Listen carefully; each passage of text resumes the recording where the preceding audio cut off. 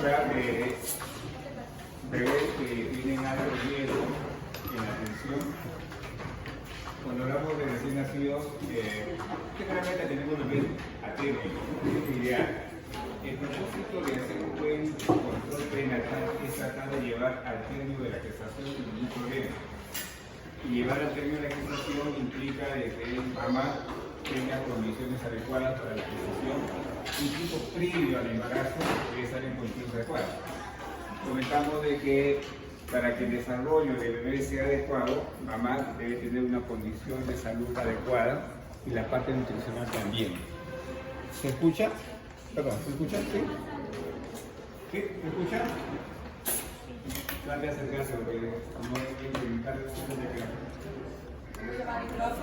micrófono. ¿El micrófono? Sí, lo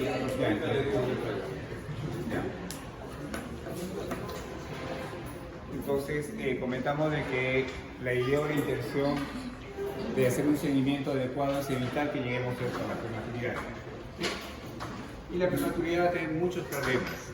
¿No? Vamos a tener problemas como distrés respiratorio, vamos a tener comorbilidades asociadas a la prematuridad, como displasia bronco-pulmonar, vamos a tener problemas neurológicos, lo más frecuente es hemorragia intraventricular.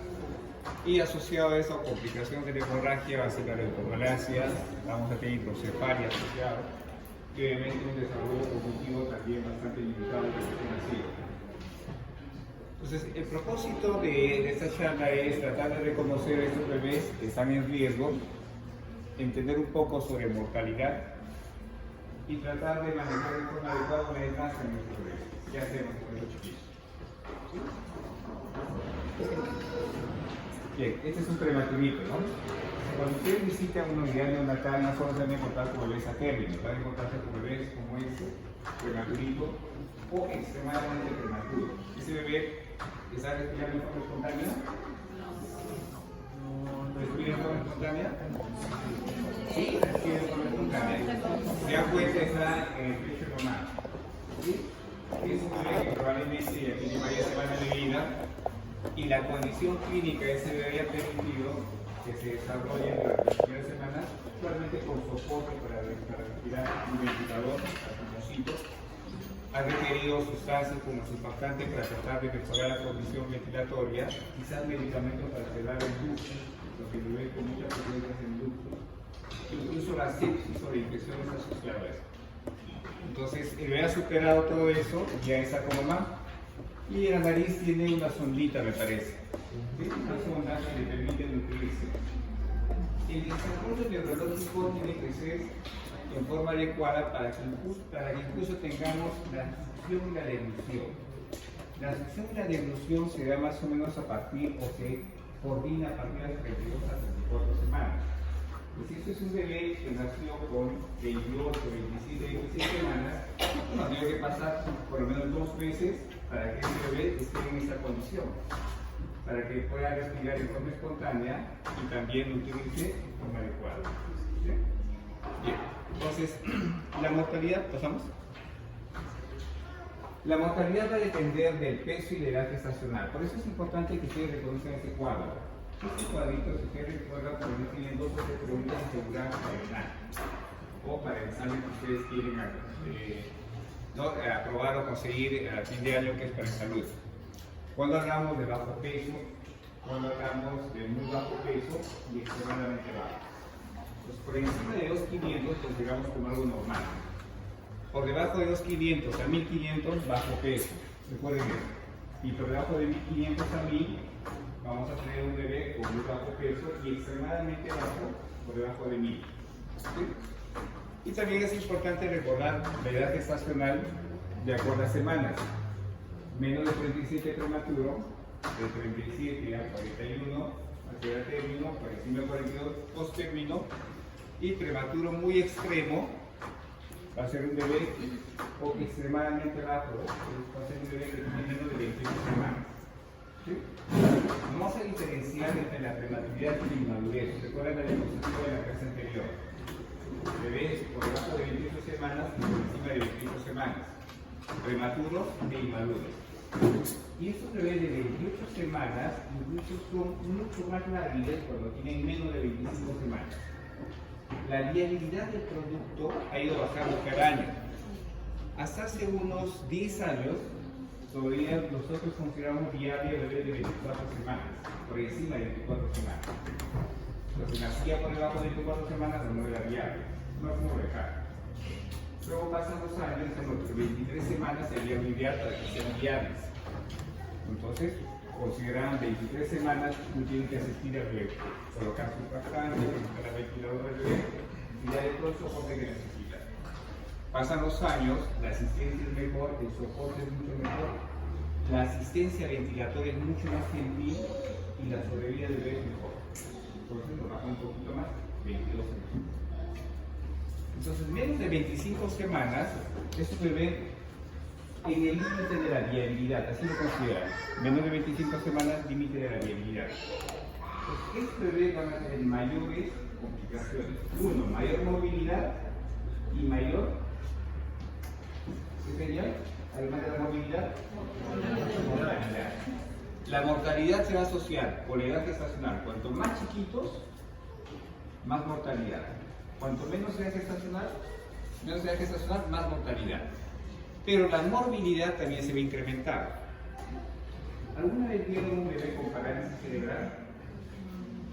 En una película o vieron que asistieron al bebé a un hospital. ¿Cuál es la manifestación más frecuente de un bebé con parálisis cerebral? ¿Qué es lo que le llama la atención en ese bebé con parálisis cerebral? ¿Cómo te llamas? Mateus. ¿Qué cosas manifestaban en su chiquito con parálisis cerebral? ¿Qué es lo que le llamaba la atención? No se movía la parte motora. ¿Sí? La parte motora. Entonces, si hablamos de la parte motora, compromiso de la parte motora, vamos a ver que durante el desarrollo el bebé va a tener durante los hitos de desarrollo. Nosotros hablamos de hitos desde el nacimiento. ¿Qué debe hacer el nacimiento un bebé? ¿Hemos dicho? Postura, la postura, que debe ser adecuada, flexión de brazos y piernas. A los 3 meses, ¿qué debería hacer ese bebé? Sostener la cabecita, muy bien. Si tienen hermanitos o sobrinos, si hay mamá, sostener la cabeza a los 3 meses. A los 6 meses, la sedestación es importante, tiene que sentarse. A los 9 meses, se puede iniciar, exacto, el gateo. A los 11 meses, la bipedestación, se para. ¿Sí? Y puede iniciar la marcha también en esa edad. Incluso prolongarse hasta el año 3 meses la marcha. Esa es la condición motora. Pero no solo hablamos de la parte motora, hablamos de la parte cognitiva en el bebé. ¿Sí? La parte sensorial. ¿Sí? Y la parte social. Entonces, a los 3 meses, ¿qué hace el bebé? En la parte social, sonríe. El lenguaje, como será a los 6 meses, ya vocaliza sílabas. Dice mamá, y mamá cree que dice mamá.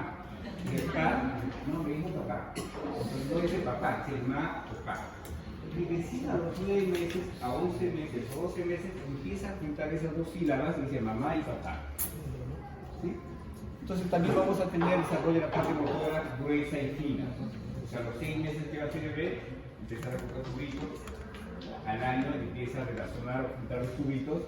Y al año y medio ya empieza a poner cubos, 2 o 3 cubitos a juntar.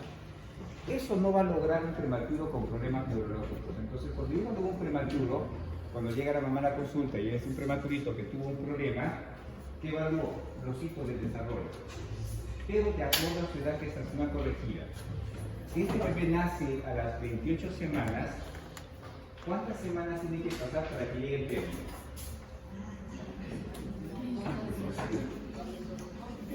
¿Cuántos meses serían? 3 meses. Entonces, cuando llega a los 3 meses de vida es como si recién naciera el bebé. Y llega a los 2 meses, a los 4 meses, como si tuviese un mes de vida. Yo tengo que relacionar de acuerdo a su edad corregida. ¿Y cuándo junto? ¿Cuándo voy a juntar? ¿Cuándo juntaría? ¿Cuándo diría ya no voy a corregir la edad gestacional? ¿Cuándo juntaría? Porque yo voy a ir corrigiendo cuando tenga 6 meses, 7 meses, 8 meses, 9 meses, 10 meses, voy a ir corrigiendo. Al año, yo ya tengo que empezar a jugar. Y al año tiene que nivelarse con el peso.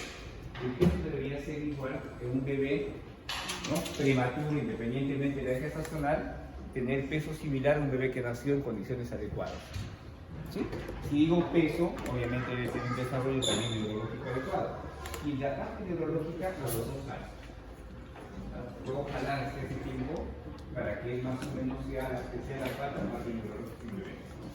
Entonces, cuando tengo un prematurito y que tiene problemas neurológicos, al año yo podría definir si ese bebé tiene parálisis cerebral. Mencionamos de que ese pequeñito podría tener hemorragia en la cabecita. Y la zona vulnerable de los bebés prematuros se llama matriz germinal. La matriz germinal, ustedes anatómicamente ubican, se encuentra en la parte lateral de los ventrículos laterales. Ubica un poco anatomía, ¿no es cierto? ¿Sí?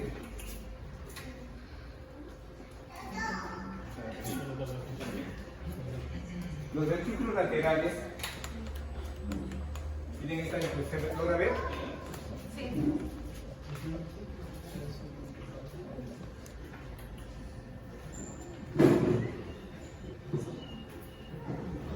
Más o menos así. Los ventrículos laterales. Los ventrículos laterales, ¿dónde confluyen? En el tercer ventrículo. ¿Y el tercer ventrículo? En el cuarto. ¿Y el cuarto? En el epéndimo. Tiene que ir corriendo hacia los agujeros. ¿Por qué agujeros? Que me hayan dicho, ¿no es cierto? Bien. Esta parte posterior, el asta posterior de los ventrículos laterales, es el lugar donde se produce el líquido cefalorraquídeo. ¿Cómo se llama? Nexo coroneo. Entonces entiende que esta parte está muy vascularizada, muy vascularizada. Bien, la zona vulnerable en el prematurito se encuentra acá. Se llama matriz germinal. Entonces yo ubico, se encontrará en el asta anterior, los ventrículos laterales, por debajo del epéndimo. Recuerden que el epéndimo es lo que tapiza todos los ventrículos, y adyacente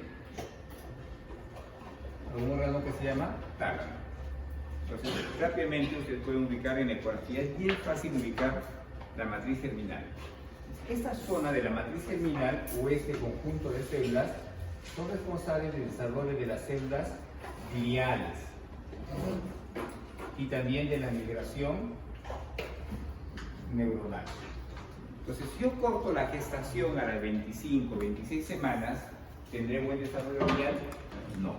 ¿Migración neuronal? Entonces, nace el bebé y ese desarrollo se tiene que dar fuera de mamá. ¿Sí? Y esa zona está inervada, pero vascularizada por una estructura que se llama asa de Heuner, se llama una red vascular. Para que usted revisa la anatomía, y se llama asa de Heuner. Y este conjunto de vasos tiene algo estructuralmente diferente al resto. Vuestro epitelio,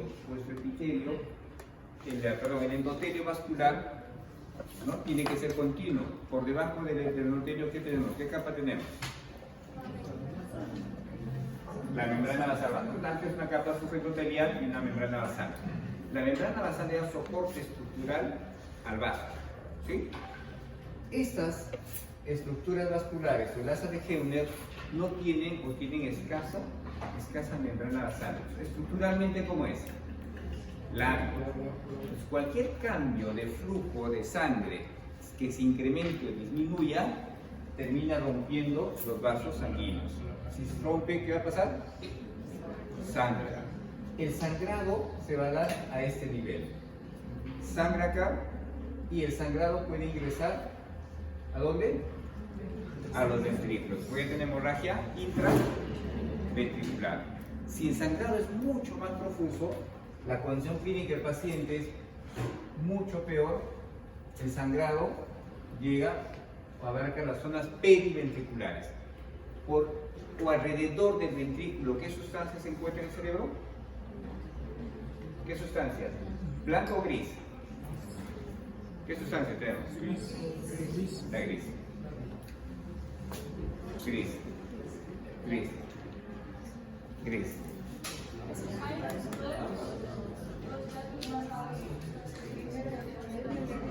En mi cerebro, todo tiene cerebrito. Si digo alrededor de la sustancia del ventrículo, el ventrículo es como el centro de la Tierra. El centro de la Tierra.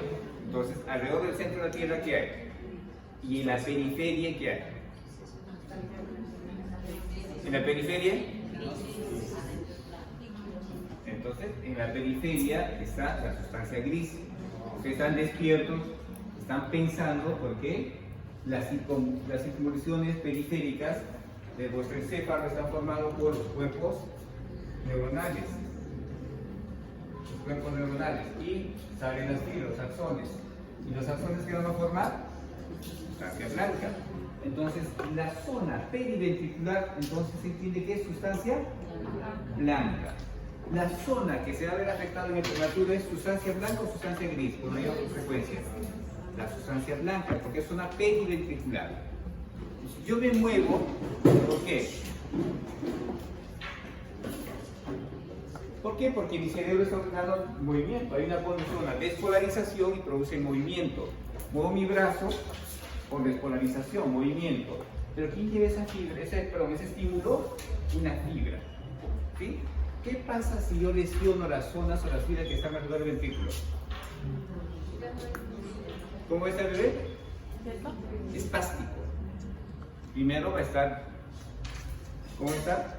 Tónico, distónico, o primero va a estar hipotónico al principio, distónico y luego tónico. Por eso que un bebé que ven ustedes en la consulta o con un problema, lo van a dar cinturón, con parálisis cerebral. Entonces la parálisis cerebral se define como un compromiso motor, que lo vamos a definir a partir de años. Entonces este bebé, por la parte cognitiva, podría estar probablemente normal, porque si la hemorragia no abarcó a la sustancia periventricular, perdón, a la sustancia subcortical o cortical, poco probable que tenga lesión cognitiva o sensorial. Pero si ha afectado bastante la sustancia blanca, ¿qué voy a tener? Compromiso motor. Pero cuanto más lesión tenga, más compromiso de la sustancia subcortical o cortical, probablemente mayor compromiso neurológico. Entonces, ¿de qué depende la lesión neurológica del bebé prematuro? De cuánto se abarca la lesión a nivel de la sustancia blanca y puede llegar a la sustancia subcortical o a la zona subcortical o cortical. Y eso lo vamos a ver cuando veamos hemorragia. No sé si con ustedes vemos hemorragia intraventricular, pero si no, voy a revisar. Si no vemos, le voy a explicar un poquito cuando veamos asfixia. ¿Ya? Bien, entonces, ¿sí? Allá.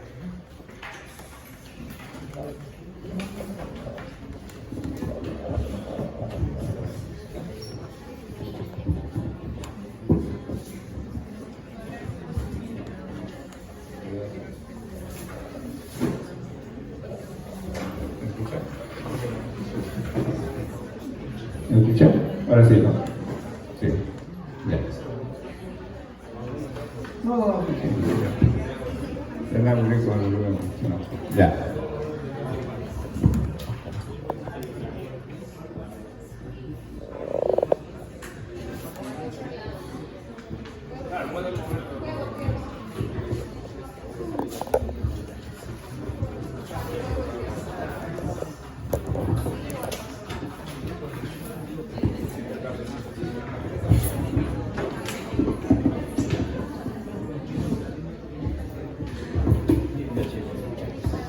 Ahora sí me escuchan, ¿no?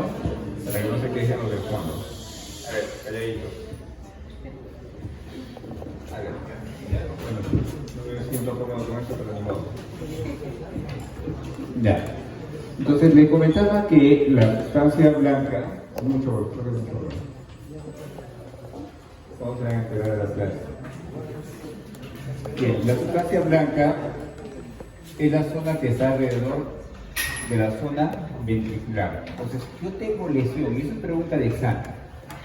La zona vulnerable en el bebé prematuro es la matriz germinal y afecta la sustancia blanca. ¿Y va a haber compromiso? Motor. ¿Sí? Cuando hablamos de asfixia, le voy a explicar cuál es la zona vulnerable de un bebé atérmico y cuál sería la condición y el peor pronóstico que tiene un bebé atérmico cuando tiene un evento hipóxico. Entonces, esta hemorragia o esta lesión se va a dar por, uno, dificultad respiratoria, que va a llevar a hipoxia, puede ser un cuadro infeccioso que me puede llevar a hipoxia, puede ser el ductus arterioso persistente que me lleva a hipoxia, y todo eso condiciona cambios en la fluctuación del flujo sanguíneo del cerebro.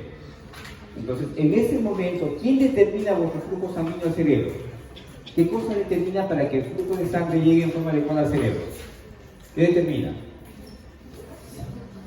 ¿Qué determinaría?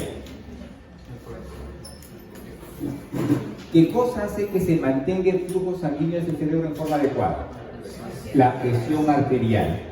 Si la presión arterial es adecuada, el flujo sanguíneo se mantiene en forma adecuada. Por eso que el primer mecanismo compensatorio para mantener un flujo sanguíneo cerebral adecuado en un evento hipóxico o en una hemorragia, usted sufre un accidente y empiezan a sangrar, la primera manifestación va a ser taquicardia. ¿Sí? La manifestación va a ser tratar de mantener mi presión arterial en forma adecuada para mantener el flujo sanguíneo cerebral en forma adecuada. Pero si el prematuro no logra mantener esas fluctuaciones, van a hacer de que los vasos sanguíneos, que son bastante vulnerables a estos cambios, se rompan. Entonces, ¿quiénes tienen mayor riesgo de hacer hemorragia intraventricular? Los prematuritos. Y obviamente la severidad, la complicación está asociado a menor edad gestacional y a menos peso cuando nacen los bebés. Entonces, la vulnerabilidad va a ser más que los bebés que están en el límite de la viabilidad. ¿Quiénes están en el límite de la viabilidad? Menores de 25 semanas. 25 semanas. Y por eso que existen estos conceptos, ¿no? Muerte neonatal, muerte infantil, tasa de mortalidad infantil. La muerte neonatal, fácil de entender. Bebé que fallece, ¿en qué momento de la vida? En los 28 días o los primeros 28 días de vida. ¿Sí? La muerte neonatal. Y la muerte infantil, el infante es hace el año. Entonces la mortalidad infantil nosotros lo vamos a considerar cuando esta condición se va a dar antes del año de 365 días de vida. El bebé nace y fallece, independientemente de la edad gestacional. Y la tasa de mortalidad va a ser el número de bebés fallecidos en ese año y considerando todos los bebés que nacieron durante ese periodo. Vamos a dividir recién nacidos fallecidos sobre recién nacidos que nacieron en ese periodo o en ese año y lo consideramos por 1000 nacidos vivos. Esa es la tasa de mortalidad infantil. ¿Bien? Entonces, ¿qué cosa puede llevarnos a la prematuridad? A ver, ustedes traten de imaginarse. ¿Por qué puede nacer un bebé prematuro? Ustedes ya llevaron obstetricia, ¿no? Entonces, entendieron muy bien en obstetricia qué cosas puede llevar, qué cosas puede condicionar a un bebé prematuro. La infección, la ruptura prematura de membranas que se va a asociar a infección, ¿qué más? La hipertensión inducida durante el embarazo de la mamá, ¿qué más? Las hemorragias, ¿no? Cualquier tipo de hemorragia. Y esas condiciones van a llevar a un bebé a la disminución del flujo o de sangre del útero a la placenta y de la placenta hacia el producto. Y eso me va a llevar a un evento de hipoxia. Entonces no solo va a poder vulnerar al bebé frente a un evento hipóxico, sino que también va a desencadenar el trabajo de parto. ¿Y qué cosa desencadena el trabajo de parto? ¿Ven ustedes acá? La activación de un eje que va a ser en el producto, en el bebé, que se llama eje hipófisis hipotálamo, si quieren, o pituitaria adrenal. Además de una infección, la hemorragia residual no es más que el desprendimiento de la placenta y también vamos a tener la distensión del útero. Vamos a ir describiendo cada uno de ellos. No se preocupen. Bien. Esto es mortalidad, no, etiología, frecuencia, trabajo de parto. ¿Qué cosa nos lleva al trabajo de parto? Ven ustedes, el trabajo de parto espontáneo, prematuridad, la ruptura prematura de membranas. En nuestro medio, y probablemente también en países de Latinoamérica, la principal causa de trabajo de parto pretérmino son infecciones. Es las principales causas. Cuando llegue a la consulta, o a la emergencia, no a la consulta, a la emergencia, una vez puede llegar a la consulta, una gestante que inició trabajo de parto, ¿qué es lo que tiene que descartar? Infección. ¿Y cuál es el germen que está asociado relacionado a esta infección en mamá? El estreptococo del grupo A o B. B. Trata de relacionar B con A galactidad. ¿Sí? B. El estreptococo del grupo B. ¿Qué otro germen? ¿Qué otro germen? El germen que con mayor frecuencia produce infecciones en el tracto de las vías urinarias en la mujer. La E. coli. La E. coli. Entonces, en frecuencia, esto es pregunta de examen, y eso siempre se repite. Gérmenes relacionados a relacionados a infecciones precoces en el bebé, va a ser estreptococo del grupo B. Si el estreptococo no está presente, y ahí menciona E. coli, van a marcar como principal causa E. coli. Entonces sería estreptococo y E. coli en esa frecuencia. ¿Sí? Hay otros gérmenes que también están asociados o relacionados, que son parte de la flora vaginal, como estafilococo, enterobacterias, ¿no? Y si es un ambiente intrahospitalario, incluso podría haber gram negativos como pseudomonas, que podrían colonizar y ser causa de la amenaza de parto pretérmino. Bien. ¿Qué porcentaje de los bebés que nacen son prematuros? ¿Alguien puede mencionar así en general? Cuando nosotros vamos a hospitales o armamos unidades de hospitalización, siempre nos preguntan ¿qué porcentaje de sus bebés van a ser prematuros? Porque de acuerdo a eso se tiene que armar la contingencia y las necesidades del servicio. Porque si solo tiene bebés a términos, probablemente no necesite ventilador, no necesite incubadora. ¿Qué porcentaje de bebés? En la mayoría, el 10%. Pero de qué depende mucho de la condición socioeconómica de la gestante. Y la condición socioeconómica de la gestante va a depender del lugar donde se encuentre. Y ven ustedes en esa tabla, en Europa, por ejemplo, se reduce esto al 5% y en África hasta el 18%. Pero en general es el 10%. Si nacen, yo trabajo en el Hospital Almenara, si nacen 1000 bebés, de esos 1000 bebés, el 10% probablemente nazcan con problemas o sean prematuros. ¿Sí? Y de esos 1000 bebés, un porcentaje van a ser extremadamente bajo peso al nacer. Y de ese grupo de bebés van a ser bebés que estén en el límite de la viabilidad. Terminamos asistiendo a bebés de 23 semanas, 24 semanas, algunos sobreviven y otros no. Y la mortalidad va a depender de la edad gestacional. Ven ustedes acá que también depende, y esos son estudios que se han trabajado bastante en Estados Unidos y Europa, donde ven que incluso la raza o el antecedente étnico tiene mucho que ver. ¿Quiénes tienen mayor riesgo de prematuridad? ¿No? Los que son mamás de raza morena, en relación incluso a latinos y también a blancos. Entonces hay mayor frecuencia de prematuridad en bebés de raza morena. Bien. Factores de riesgo: grado de prematuridad, que nos puede llevar a la mortalidad. Grado de prematuridad, el sexo. ¿Quiénes sobreviven más, varones o mujeres? ¿Quiénes sobreviven más? Las mujeres. La mortalidad es mucho más alta en hombres. Y la morbilidad, si tenemos 50 prematuritos, 25 hombres, 25 mujeres, van a haber más complicaciones en los varoncitos, más mortalidad en los varoncitos.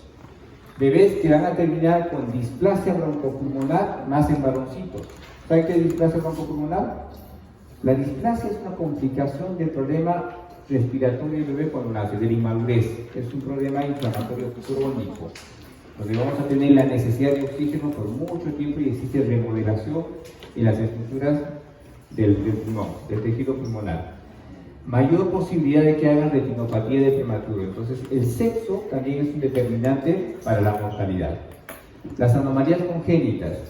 Ven ustedes que el bebé con trisomía 21 tiene mayor riesgo de hacer o de tener mortalidad en relación a un bebé que no nace con trisomía. pero mucho mayor riesgo el bebé que nace con trisomía 13 y 18. Son cromosomopatías casi incompatibles con la vida. Nosotros recibimos, le damos asistencia, le damos el soporte, pero minimizamos un poco los esfuerzos. Nosotros tratamos de darle calidad de vida mientras está con nosotros estos bebés con cromosomopatías. Bien, lo que le decía, cuanto más chiquitos, menos de 25 semanas, la mortalidad en las primeras semanas es alta, casi el 50%. La sobrevida va a ser en bebés por encima de 28 semanas. Pero vemos que durante estos últimos años hemos ido mejorando la sobrevida entre 24 y 26, por eso nos bajaron. Como mejoró la sobrevida en esos bebés, dijeron, bajemos un poquito más la edad gestacional. Por eso que la incidencia de hemorragia intraventricular sigue siendo alta. No porque no hayamos mejorado el manejo, en forma adecuada el manejo del soporte ventilatorio, la atención del bebé, sino porque tenemos menos edad gestacional en la atención. Entonces, esos bebés de 23 semanas, casi todos van a ser hemorragia intraventricular, en diferentes grados. Eso lo vamos a ver más adelante. Bueno, también lo mismo que comentamos sobre las cromosomopatías y la gestacional. Es una tablita que menciona mortalidad en Estados Unidos de acuerdo a un periodo determinado, y vemos acá que hay mayor riesgo, por ejemplo, en raza morena, en asiáticos, en relación a hispanos y raza blanca. Incluso si ven este cuadro, cuando nosotros tenemos mamás o gestantes, ¿no? Que viven en Asia, si viven en Asia y tiene ascendencia europea, tiene menos posibilidad de hacer amenaza de parto pretérmino, tener un bebé prematuro, que la que vive en Asia o que por lo menos o es de la India. Entonces, la raza sí es determinante para poder determinar la edad gestacional y también la amenaza de parto pretérmino. Eso es lo mismo que comentamos. A ver, causas de muerte. ¿Por qué mueren más los bebés? Esto también pregunta examen, eso siempre repiten eso. Problema respiratorio. Cuanto más prematurito, más inmadurez, mayor posibilidad de soporte ventilatorio y mortalidad alta. La otra causa es infección, va a haber cromosomopatías o anomalías congénitas, las cardíacas son las más frecuentes, complicaciones como hemorragia, y esa de aquí es importante, la enterocolitis necrotizante. ¿Saben qué es enterocolitis necrotizante? ¿Sí? ¿Recuerdan qué es enterocolitis? Pero sí más o menos se imaginan qué podría ser, ¿no? ¿O qué está relacionado? Es un proceso inflamatorio a nivel gastrointestinal. Es la principal causa de muerte o la principal emergencia en la unidad de cuidados intensivos neonatales. ¿Vieron ese bebé que está pegadito al pecho de mamá? ¿Sí? ¿Recuerdan? Ese bebé probablemente tenga más o menos, corrigiendo la edad, entre 32 y 33 semanas. Corrigiendo la edad. ¿Sí? Uno dice, ese bebé ya va a salir. Lo ven hoy día así de bonito y al día siguiente lo ven mal, conectado al ventilador. ¿Qué pasó? Hizo una enterocolitis necrotizante. Y la causa de su enterocolitis ha sido su propia nutrición enteral, la inmadurez del intestino, podría estar asociado a infección y a las comorbilidades asociadas como el ductus. Entonces, si yo tengo un intestino que no se nutre bien y no se oxigena bien, y le incremento la demanda energética, que es la alimentación enteral, ¿va a sufrir o no?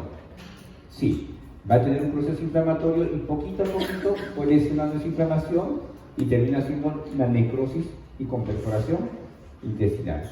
Entonces es muy frecuente la mortalidad, de los bebés, de los prematuritos con hemorragia o con enterocolitis necrotizante. Bien, vamos a recordar por qué se puede dar la amenaza de parto pretérmino. ¿Qué hace para que el bebé nazca antes de tiempo? Comentamos el eje hipotálamo, hipófisis, adrenal. Esto en el feto, ¿no? También comentamos sobre la infección y las hemorragias. Bien, ¿se imaginan qué cosa podría desencadenar? ¿Por qué la infección o por qué el estrés puede desencadenar la amenaza de parto pretérmino? Ustedes que llevaron obstetricia, ¿recuerdan?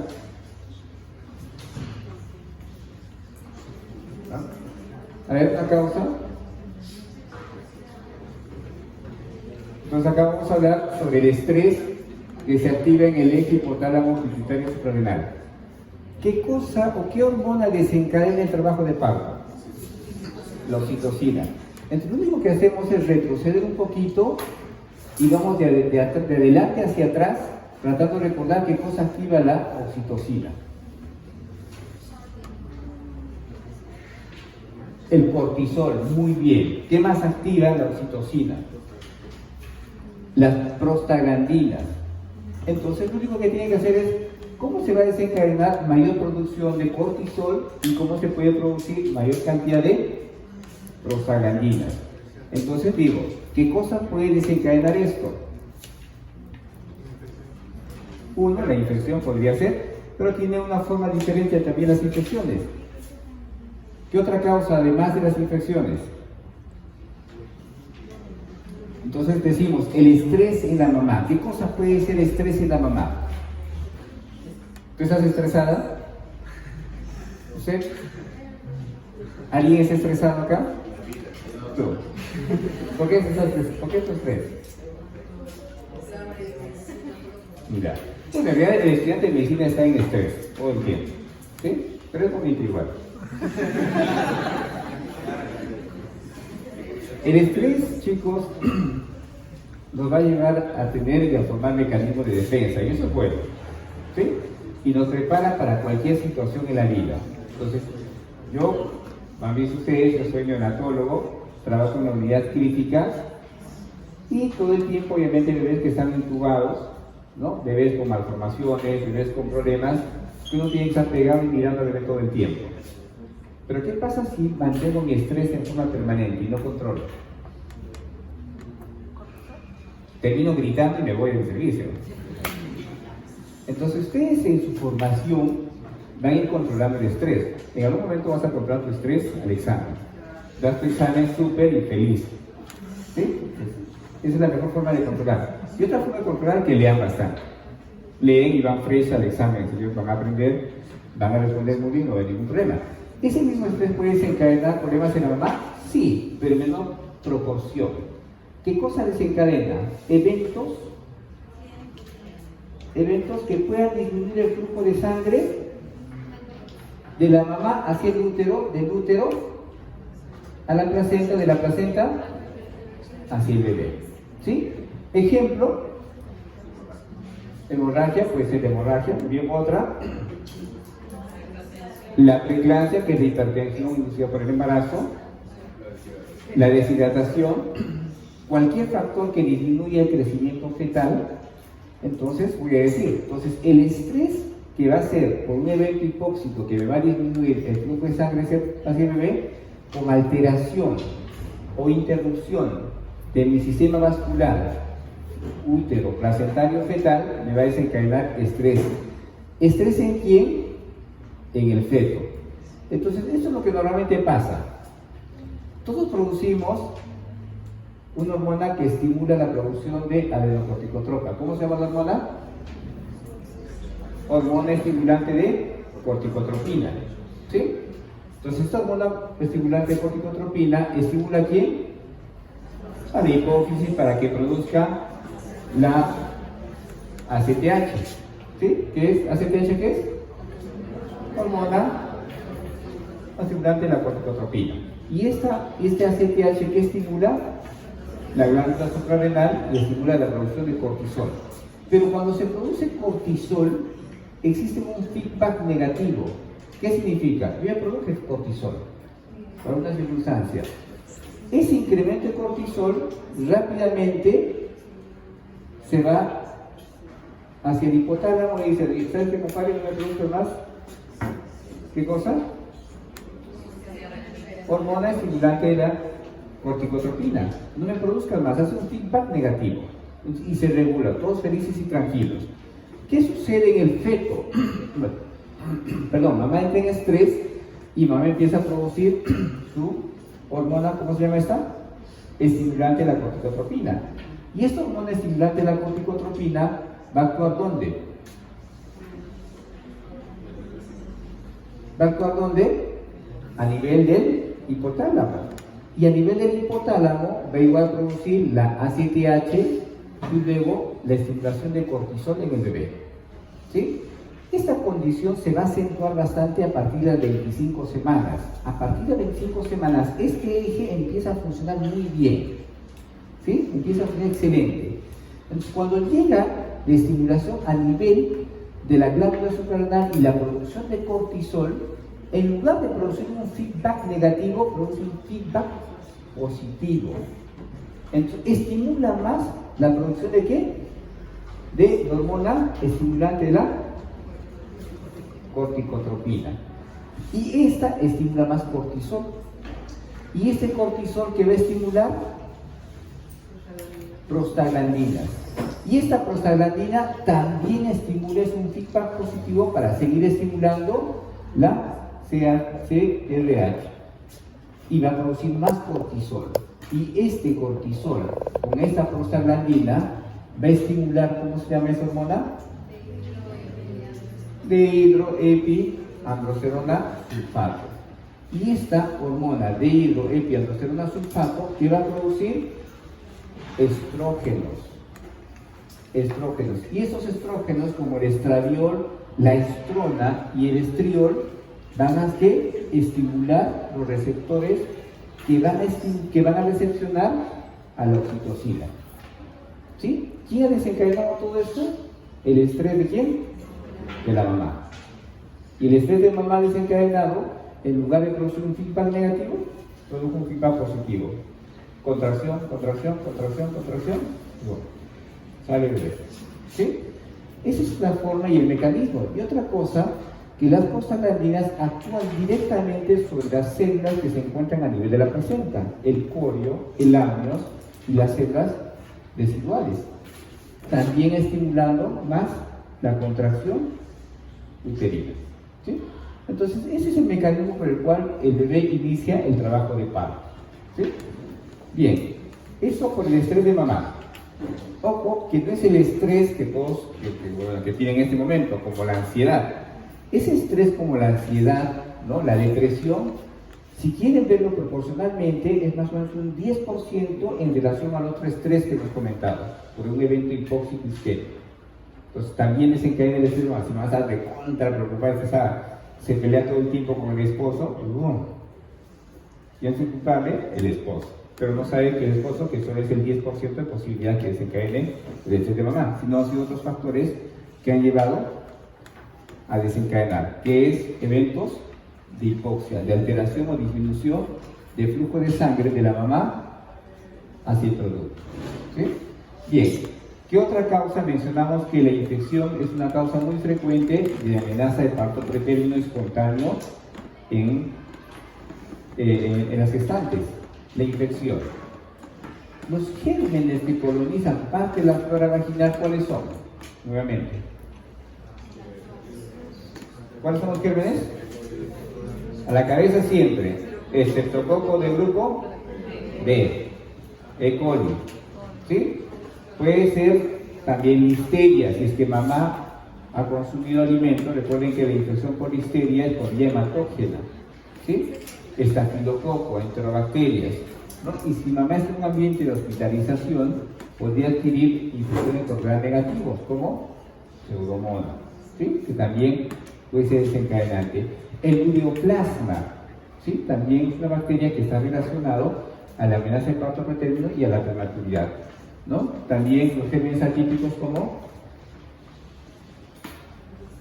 clamidia, ¿no? También es un germen atípico. ¿Recuerdan el germen atípico, no? La clamidia. ¿Qué clamidia? ¿Neumonía? No, tracomal. ¿Sí?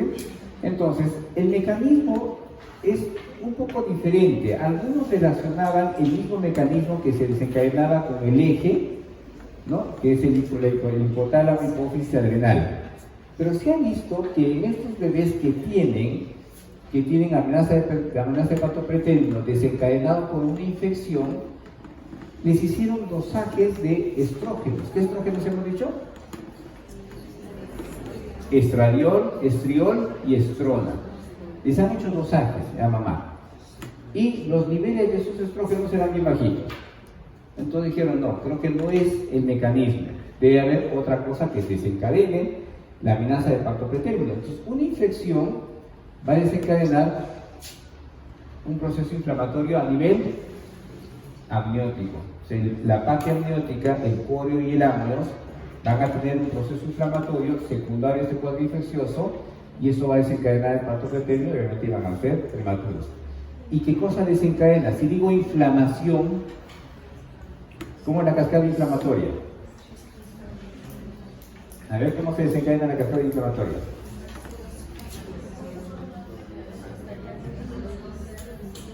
Membranas centrales, muy bien. En ordencito.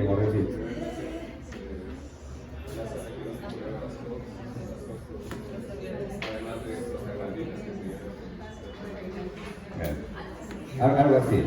Bien, entonces, membrana celular, ¿sí? Ácido araquidónico. ¿Quién empieza a trabajar ahí? Fosfolipasa A2. Y la fosfolipasa A2 va a formar dos ciclos. ¿Cómo se llaman esos dos ciclos? No. Es lipoxigenasa y ciclooxigenasa. La lipoxigenasa va a producir ¿qué? Leucotrienos y lipoxinas. Y la ciclooxigenasa, ¿qué produce? Prostaglandinas, tromboxano, prostaciclinas, interleucinas, 1, 6, 8, todo lo que ustedes conocen. ¿Sí? Entonces, este proceso inflamatorio que va a ser desencadenado, ¿quién va a desencadenar? Las bacterias. Esto empieza a degradar, ¿qué cosa? La membrana. Degrada la membrana. ¿Y quién se encarga de degradar? ¿Quién se encarga? Las citocinas. ¿Cómo? Estas citocinas van a empezar a producir todo lo que conocemos como interleucina 1, 6 y 8 y empiezan a estimular a estos receptores TOL. ¿Para qué? Para que estos antígenos de las bacterias se junten con estos receptores. ¿Y dónde se encuentran estos receptores TOL? Se van a encontrar a nivel de la placenta, ¿sí? En las células residuales, a nivel del corio, el amnios. Entonces empiezan a prepararse estos receptores TOL para cualquier antígeno de la bacteria.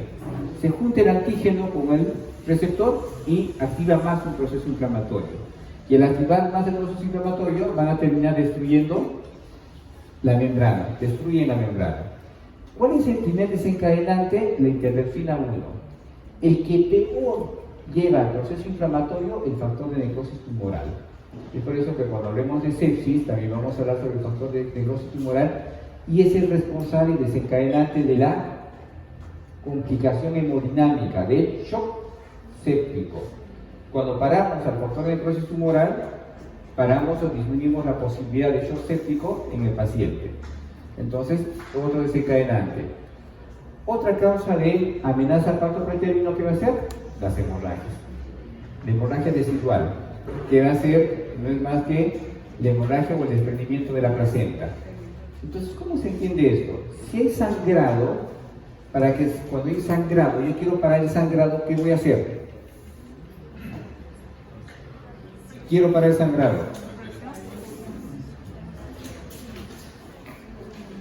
A ver, ¿qué pasa si se corta en el brazo?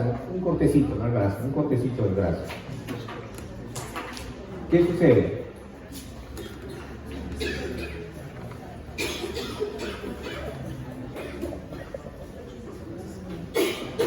¿Qué pasa si tienen ustedes un sangradito?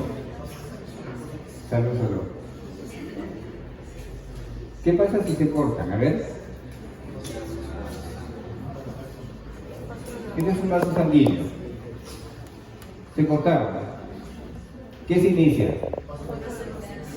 No, hay vasoconstricción refleja, perfecto. ¿Qué más? Liberación de la activación de la cascada de coagulación. ¿Y cómo se inicia la coagulación? A ver. ¿No?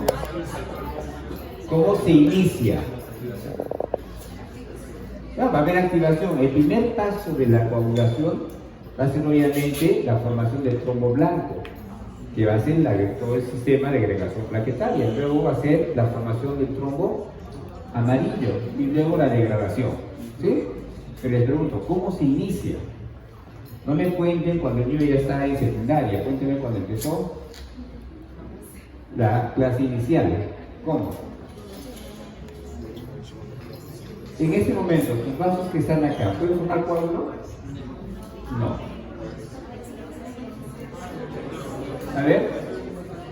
Porque si tienen esto van a entender por qué se produce la amenaza de parto pretérmino en el paciente con hemorragia. Entonces, cuando ustedes tienen una lesión del vaso, el endotelio que está íntegro pierde su integridad.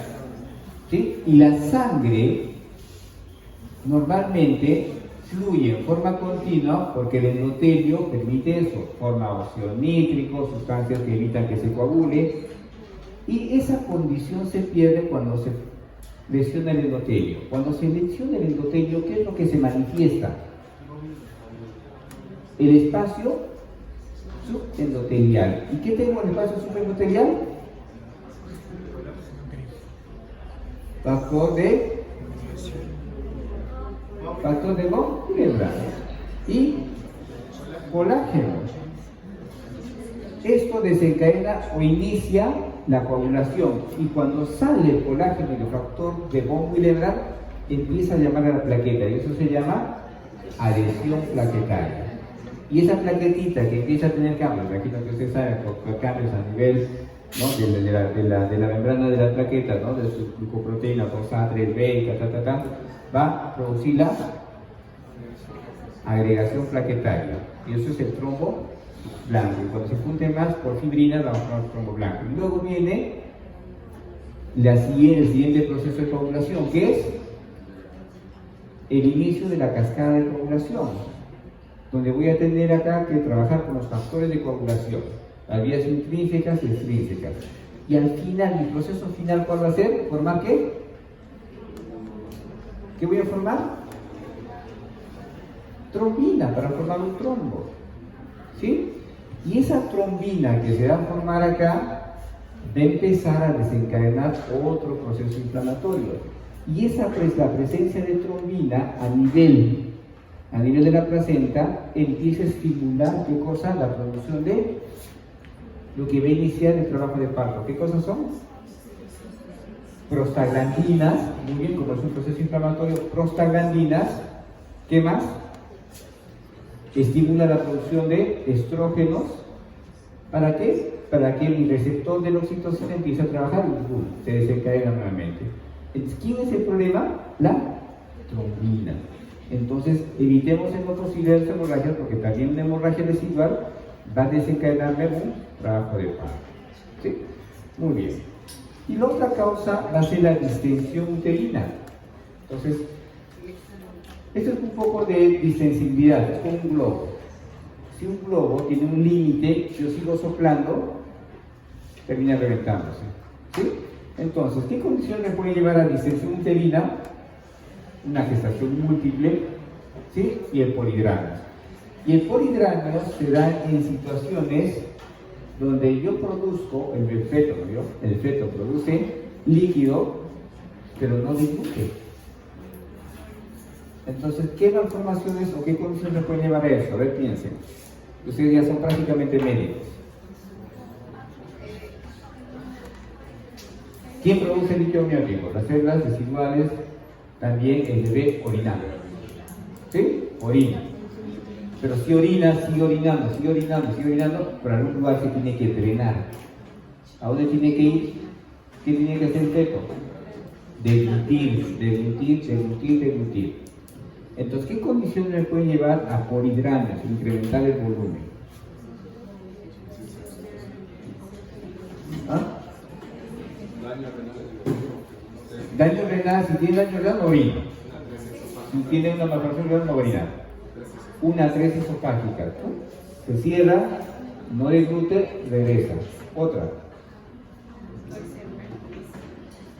¿Recuerdan alguna vez que ustedes han tenido algún familiar, sobrino, amigo, vecino que babea bastante?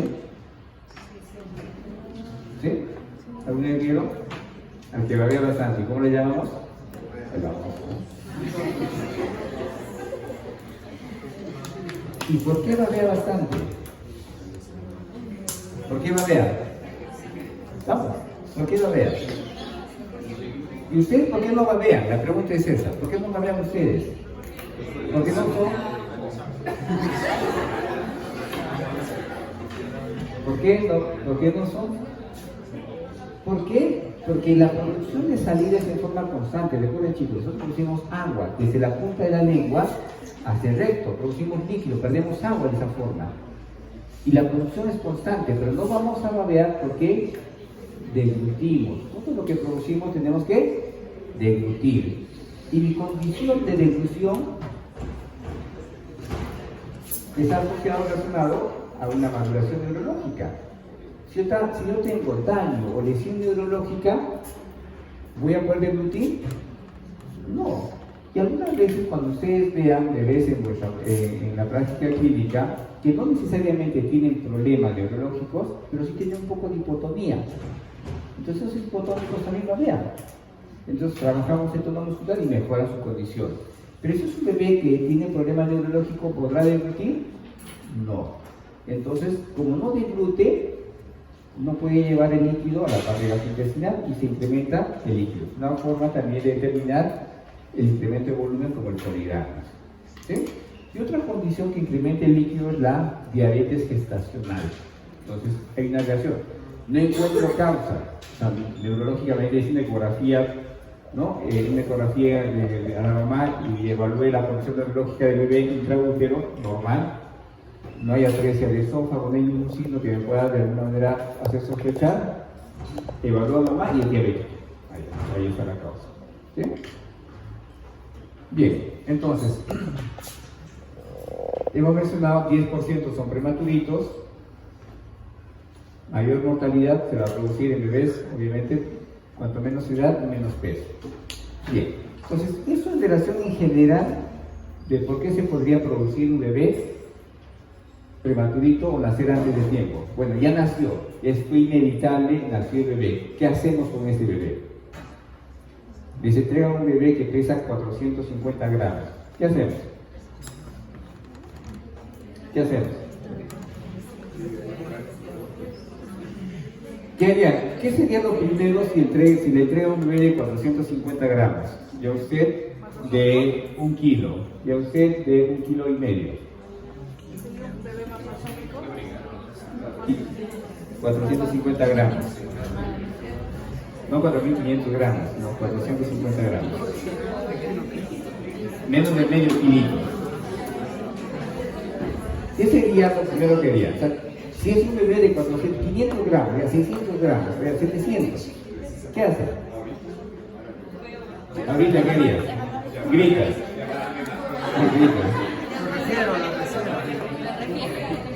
Muy bien. Si es prematuro, ¿qué le va a faltar? Además de calor, a calor de mamá y del neonatólogo y del alumno. ¿Qué? Su capacidad de poder respirar. Entonces, si ustedes siguen mirando, porque hay situaciones y circunstancias donde el bebé nace en un lugar que no es adecuado y sin el especialista, ¿qué va a hacer el especialista? El médico que no tiene la experiencia. Rezar. Sí. Y la mortalidad se va a incrementar, hemos dicho, dependiendo del lugar donde nazca el bebé. Si nace en un lugar que no tiene condiciones, probablemente su mortalidad se incremente. Entonces, lo primero que ese bebé necesita es asistencia respiratoria. Lo primero que deberían hacer, en este caso, es intubar al bebé. Intuban al bebé, conectan un ventilador y le van a aplicar una sustancia que se llama surfactante. Eso que voy a explicar cuando veamos en ranayalina, cómo se aplica, en qué circunstancias, cuánto se le aplica y todo eso. ¿Sí? Bien, entonces ya nació, lo tuvieron al bebé, ya lo sacaron del ventilador, pasó un mes, otro vez 1 mes y medio, otros 2 meses, dependiendo de la edad gestacional, y necesito evaluar y hacer seguimiento al bebé. Y digo, ¿cuánto debe ganar ese bebé de peso para que desarrolle en forma adecuada? ¿Qué sería lo ideal? ¿Qué sería muy bien que gane 40 gramos? ¿Ya? ¿Qué sería lo ideal para ustedes? Que su crecimiento y su desarrollo sea parecido al que se podría dar si estuviese dentro de mamá. Entonces yo tengo que extrapolar el crecimiento intraútero y decir, debe ganar tanto en peso, en talla y en perímetro cefálico para que ese bebé minimice o no tenga las complicaciones. Entonces, ¿cuánto debería ganar? Yo digo, yo sé que el bebé en las primeras 28 semanas, o las 28 semanas hasta los 6 meses debería ganar esto. O yo sé que a partir de los 3 meses debería ganar, o a partir de los 6 meses debería ganar tanto. Entonces, agarro una tabla y digo, este es el crecimiento que debería tener desde las 22 semanas. Si yo calculo más o menos su percentil 50, a las 22 semanas debería ser más o menos entre 500 y 600 gramos. Ahí. ¿Sí? A las 23 semanas será 600, no sé, 620, 625, 50 y así, voy subiendo. ¿Cuánto debería ganar? Si yo jalo más o menos a las 31 semanas, debería más o menos 1 kilo 200 o 300 debería pesar el bebé. Lo mismo con la talla y también el perímetro cefálico. Entonces, lo que hago es decir, mire, si nació mi bebé a las 28 semanas de gestación, hasta los 6 meses debería ganar más o menos 280 gramos por semana. Entonces, 280 gramos por semana por día, ¿cuánto es? Yo divido más o menos son, si fuera 210, exactamente serían 30 gramos por día. ¿Sí? 29 gramos más o menos, 30 gramos por día. Entonces, yo lo que tengo que hacer es asegurar más o menos que gane esa cantidad, 30 gramos por día, lo ideal, ¿sí? O que la longitud gane más o menos 1.1 centímetros por semana, desde las 28 semanas hasta las 40 semanas. O sea, el tiempo que debe estar conmigo hospitalizado debe ganar más o menos cada semana 1.1 centímetros, al mes más o menos 4 centímetros. Y de la misma forma el perímetro cefálico, 0,75 en el último trimestre. Entonces sería desde las 28 semanas hasta las 40 semanas más o menos. Bien, pero esa condición no se va a dar. ¿Por qué? Sería lo ideal. ¿Qué cosa no me podría llevar a esa condición de ganar en forma favorable por lo menos durante las primeras semanas?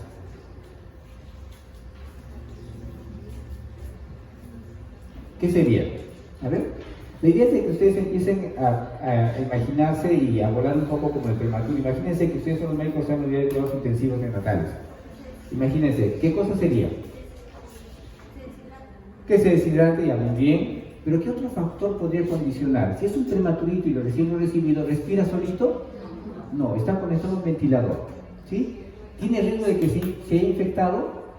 Sí, que esté con tratamiento antibiótico. ¿Tiene riesgo de que haya sangrado la cabecita? También, otro proceso inflamatorio. ¿Que haya tenido eventos hipoxicos como isquemia? También. Entonces, mi bebé en esa condición está en hipermetabolismo. Su sepsis incrementa el metabolismo. ¿Sí? Su distrés respiratorio. Distrés respiratorio más consumo de energía. Es como tenerlos a ustedes todos los días y todo el día corriendo. ¿Podrían? Así de prematurito, trotando todo el día con el ventilador. Entonces, ¿qué necesita?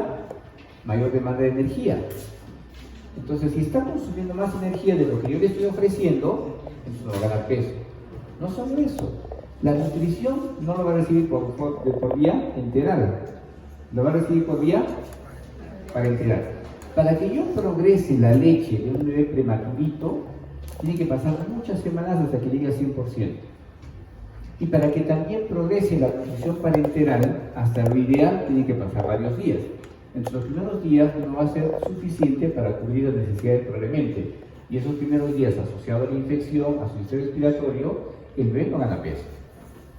Cuando ustedes hayan superado la condición patológica y el bebé esté mucho más estable y esté tomando lechecita, recién vamos a tener un periodo de mayor ganancia, se va a acelerar su crecimiento y también el peso y talla y perímetro cefálico. Entonces no es tan recta o lineal la curva como si estuviese dentro de mamá. Y no solo eso, está muy bien y termina como enterocolitis necrotizante. Otra vez a retroceder, de cero, si es que no terminó en cirugía. ¿Sí? Nuevamente, entonces el desarrollo ideal del prematurito es que lleguemos a esto, pero también que tengamos algunas pautas para ayudarnos. Que gane, por lo menos, entre 15 y 18 gramos por kilo día. Esa es la mejor forma de monitorizar al bebé hasta las 36 semanas. 15 a 18 gramos por kilo día. Entonces, si el bebé pesa 1 kilo, tendría que ganar 18 gramos en un día. Si pesa 2 kilos, tendría que ganar, ¿cuánto? 36 gramos por día. Entonces, calculen siempre gramos por kilo día. ¿Y cómo calculamos? ¿Cómo expresamos ese crecimiento y monitoreo? Eso es algo que muchas veces ni los residentes llevan muy bien esto y es algo que ustedes tienen que manejar. ¿Cómo llevar el peso en el bebé en forma adecuada? Cuidado. Lo que van a hacer es calcular en semanas. El peso lo calculamos en semanas. Pero ¿podemos nosotros pesar al bebé todos los días?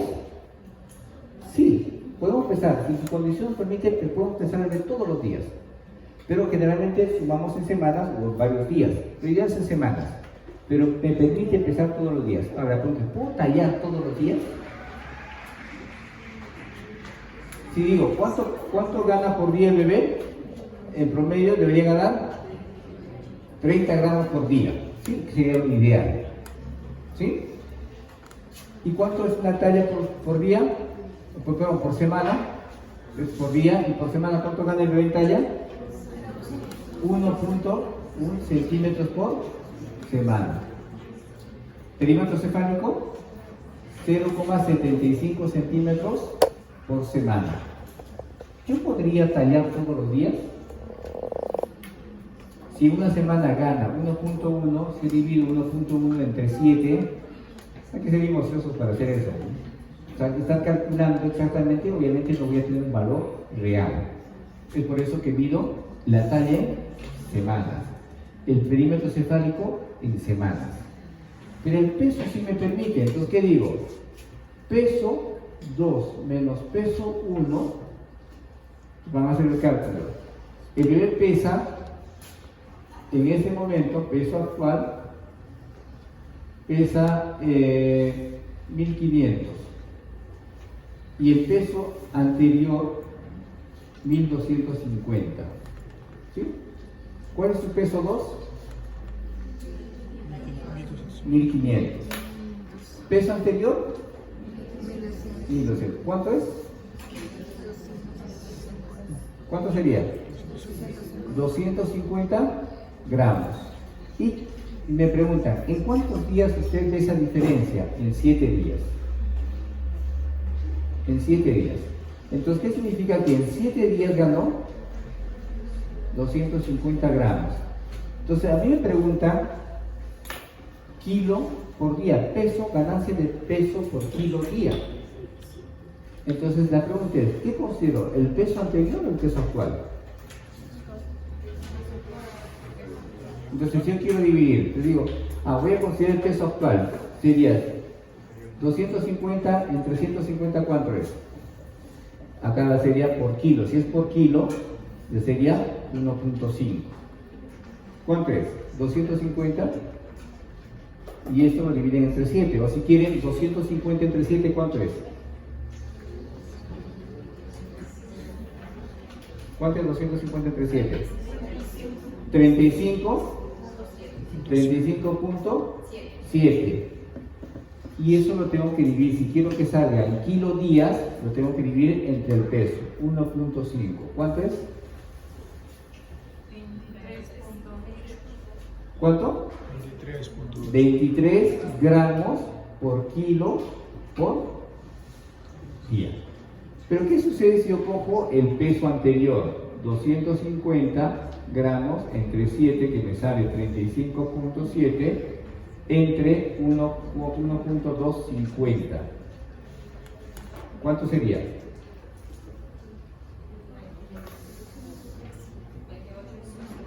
28.5. Entonces, el residente me dice en la mañana, el doctor ha ganado 23 gramos por kilo día. Está bien, muy bien. Pasó visita en la tarde y vino otro residente y me dice, ha ganado 28 gramos por kilo día. ¿A quién le hago caso? nadie. ¿A quién? A ninguno de los dos. Entonces, la cosa fácil y sencilla sería promediar los dos pesos. En promedio los dos pesos es lo que van a hacer siempre, van a promediar los dos pesos.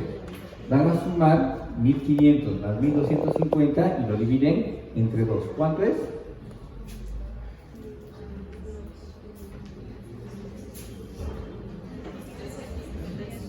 ¿Cuánto? Entonces sería 35.7 entre 1375. ¿Y cuánto es? 25.9 gramos por kilo día.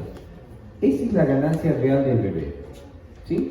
Y esto siempre lo van a manejar para ver cuánto está ganando en forma adecuada el bebé. Eso es lo ideal. Pero ¿qué sucede si solo ganó, en lugar de 1500, ganó 400 gramos, 200 gramitos? Entonces va a ser diferente.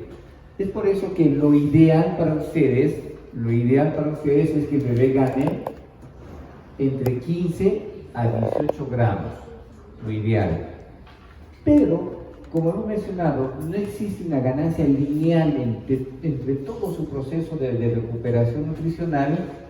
Lo ideal es que ustedes jalen esto a 20 gramos. A 20 gramos. ¿Para qué? Para que no tengan ningún problema cuando hay esos días donde hay caídas y no ganancia de peso por una infección o por algún trastorno de intolerancia que podría haber en el bebé. ¿Sí? Entonces recuerden, la pregunta es, y eso es pregunta de mi examen, ¿cuánto debería ganar un bebé por kilo día? Entre 15 a 18 gramos por kilo día, que eso es lo que está establecido. ¿Ya? Pero ya sabemos que el ideal es que ustedes jalen hasta 20. ¿Sí? ¿Cuánto debería ganar en longitud por semana? 1 centímetro, pregunta de examen. Y la cabecita, 0,7 centímetros por semana. Entonces, esto van a jalar hasta que el bebé tenga 36 semanas de edad corregida. Esa es también otra pregunta de examen. ¿Hasta qué edad gestacional nosotros podemos determinar la ganancia de peso de 15 y 18 semanas? Hasta las 36 semanas. Y ya ustedes van a calcular por ganancia de peso gramos por día, que sería 30 gramos, 28, 30 gramos por día. ¿Sí? Bien, eso es para que tengan las tablas, este es un varoncito, los percentiles, ¿no? Lo que vimos la semana pasada. Esas tablas son las que utilizamos de Olsen o podemos usar las de Peyton. Estas tablas deben tenerlas ustedes, las van a tener siempre cuando manejemos a los hematocritos. Vemos desde 23 semanas para arriba. Peso, talla y perímetro cefálico. Este es en niños y esta es la de Fenton. Esta es la que más usamos. ¿Ya? Entonces, en todas las historias clínicas de los recién nacidos prematuros está esta hojita, en todos. Entonces, cada semana nosotros calculamos el peso y la edad gestacional de los bebés. Perdón, la talla y el perímetro cefálico. Y el peso en forma diaria. Eso es lo que hemos visto. Bien. ¿Cuánto es su requerimiento energético?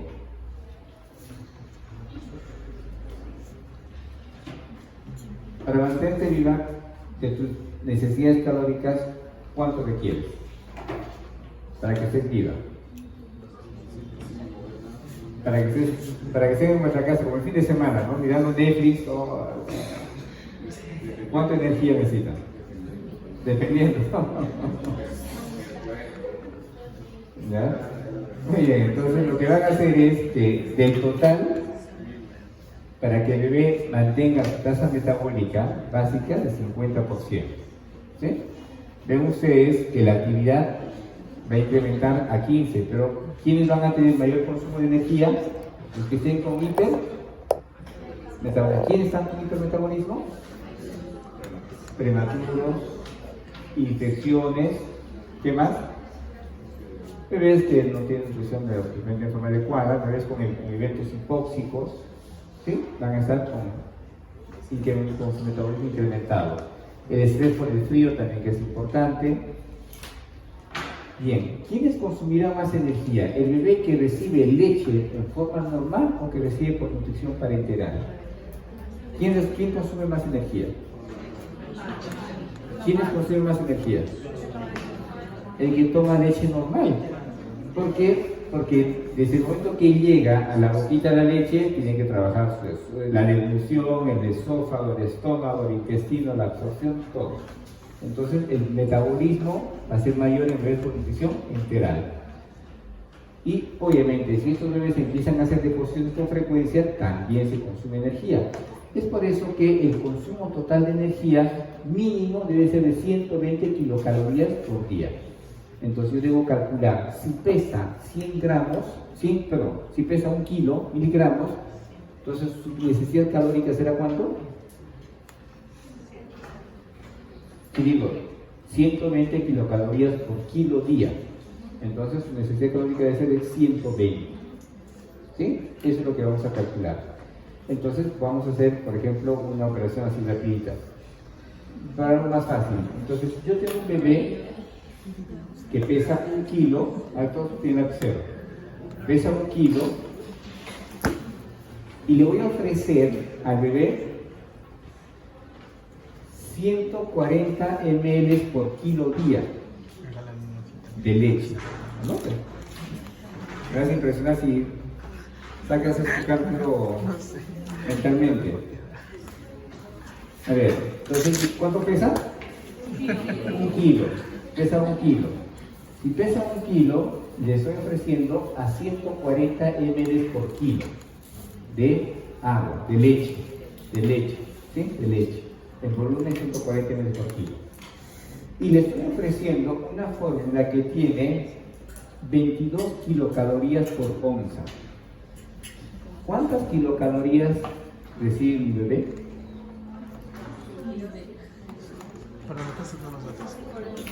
Por onza. Una onza es 30 ml. A ver, vamos. Calcula. ¿Cuánto es?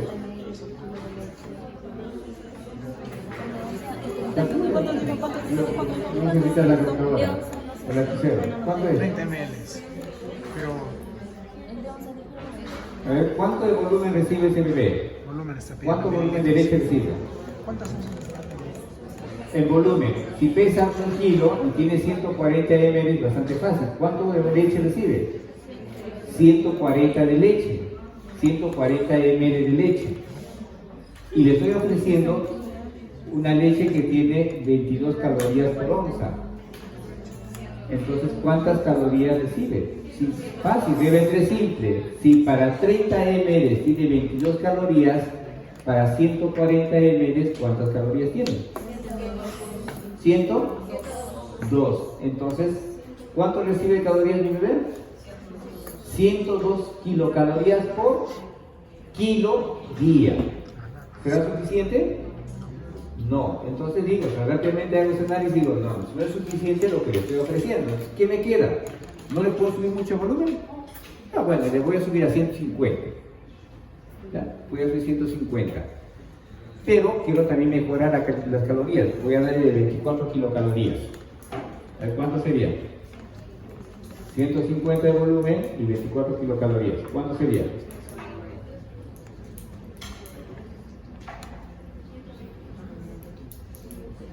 Entonces son 140, 150 ml y en 150 ¿cuántas kilocalorías tengo?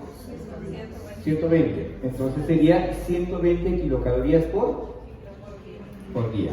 Entonces, perdón, esta condición de 120 kilocalorías por día es en un bebé como el que vieron ustedes, pegadito en mamá.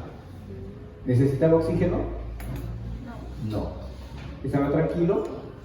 Sí. Entonces el bebé podría estar tranquilo con 150 ml con una leche de 20-24 kilocalorías, sí. Pero ¿qué pasa si es un displásico? Que tiene displasia broncopulmonar. El bebé con displasia broncopulmonar, a esa edad de ese bebé, probablemente siga o con ventilador, o con oxígeno, o ventilación no invasiva, como se llama la CIPA, o una cámara de alto flujo. ¿Verdad? ¿Qué está haciendo el bebé? Y al hiperventilar, Su frecuencia cardíaca. ¿Qué está haciendo? Su hipermetabolismo. ¿Eso consume más que el otro? Sí. Entonces, ¿las necesidades calóricas serán iguales para un paciente con displasia? No. No. Vamos a ver. ¿Dónde está? Displásico, creo que no está acá todavía. Acá que está. Entonces, a un bebé con displasia, obviamente le tengo que ofrecer más. Pero si un bebé con displasia le ofrezco más volumen de lo que está así, ¿por qué? Porque si le incremento más el volumen a un bebé con displasia, puede causar más edema pulmonar, porque está obteniendo más agua. Entonces, ¿qué me quedaría? ¿Qué me quedaría? Entonces tengo un prematuro de 1,5 kg, a ver, 1,5 kg, con displasia broncopulmonar, tiene 1,500, con displasia broncopulmonar. ¿Qué cantidad de fórmula le daría, o qué cantidad de volumen de leche le daría con una fórmula de 30 kilocalorías por onza?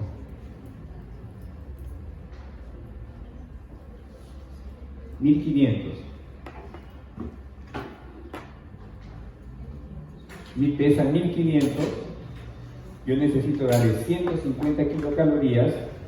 ¿Y cuánto de agua o cuánto de volumen ese bebé requiere para cubrir esas necesidades de 150 kilocalorías? O sea, yo tengo esto.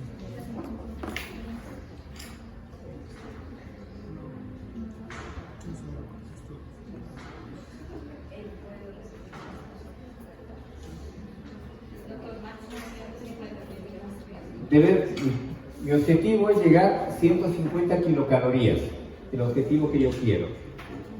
Entonces, ¿cuánto de volumen le tengo que ofrecer para yo darle o llegar a 150, ofreciéndole una fórmula de 30 kilocalorías por onza? ¿Sí? ¿150? Entonces hacemos, a ver, vamos a comprobar. Entonces ustedes dicen que 150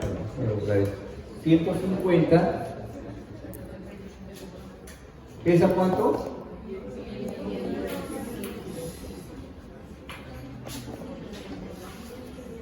Tiene 1500. Sí. No, pero hemos cambiado de bebé. El anterior es bebé que no era displásico, este es displásico. ¿Ah? No, tampoco está aquí la cosa, pues. ¿Ah? 1500. Peso. No, le dije 1500. ¿Dije 1000? 1500. A ver, por eso te digo, o sea, ¿cuánto sería? Tiene 1500. 1500. Pesa 1500. Yo necesito darle en kilocalorías, necesito darle 150. ¿Sí? O 150 kilocalorías por kilo día. Eso es lo que necesito. Requerimiento. Y voy a usar una fórmula que tiene 30 kilocalorías por onza. Entonces tiene 30 kilocalorías por 30 ml. ¿Sí? Yo necesito llegar a este requerimiento.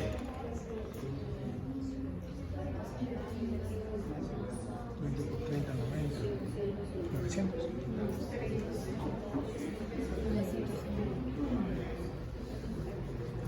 Pero una onza no equivale a 50. Si le doy 100 ml de agua, porque es displásico, el displásico no debe recibir mucho volumen. ¿Sí? Está con ventilador, está con inhibición respiratoria, un displásico. Le doy 100 ml de agua, 100 ml por kilo. ¿Cuánto sería en agua 100 ml por kilo? ¿Cuánto sería? 150. Si yo le doy 120 ml por kilo, ¿sería? ¿Sí? ¿180? 120 por 1.5, ¿cuánto es? ¿180? Les estoy haciendo caso, ¿no? Si yo le subo a 140 ml por kilo, ¿cuánto sería? 140 por 1.5. ¿Cuánto? 210 ml. ¿Sí? Bien, entonces como yo sé que el displástico no le puedo dar mucho volumen, pero sí necesito darle más calorías, entonces 100 me parece poquito. 120 como que estoy en el límite, ya vamos a darle 130, ¿ya? Por ahora, porque está con ventilación mecánica. ¿Cuánto es? 195. 95. Entonces digo, con 195, ¿cuántas calorías voy a poder cubrir la necesidad de este bebé? Entonces digo, 195 ml. Si en 30 ml tengo 30 kilocalorías, en 195 ml, ¿cuántas kilocalorías tengo? 195 por 30, 195.